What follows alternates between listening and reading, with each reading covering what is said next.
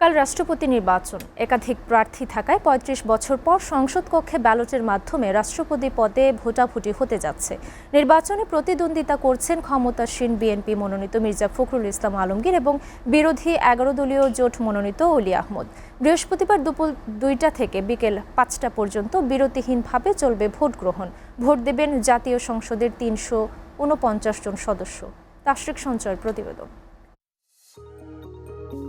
মঙ্গলবার বিকেল ৪টা পর্যন্ত রাষ্ট্রপতি নির্বাচনে মনোনয়নপত্র প্রত্যাহারের শেষ সময় থাকলেও প্রত্যাহার করেনি কোনো প্রার্থী। মেয়াদ শেষ হওয়ার আগেই ৩ বছর ৩ মাসে স্বেচ্ছায় রাষ্ট্রপতি পদ থেকে সরে দাঁড়ান মোহাম্মদ শাহাবুদ্দিন চুপ্পু। পরবর্তী ৫ বছর মেয়াদে নির্বাচন অনুষ্ঠিত হবে বৃহস্পতিবার।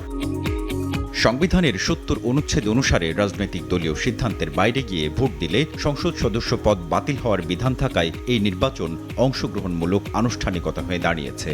ভোটার সংখ্যাগরিষ্ঠতা অনুপাতে রাষ্ট্রপতি নির্বাচিত হতে যাচ্ছেন বিএনপি মনোনীত প্রার্থী দলটির মহাসচিব ও সরকারের স্থানীয় সরকার মন্ত্রী মির্জা ফখরুল ইসলাম আলমগীর।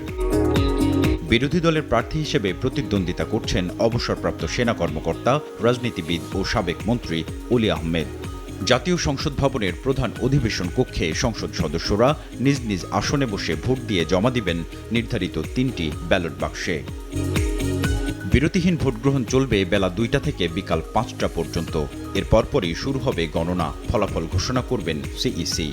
পরদিন ২১ আগস্ট সন্ধ্যায় অনুষ্ঠিত হবে দেশের ২৩তম রাষ্ট্রপতির শপথ গ্রহণ।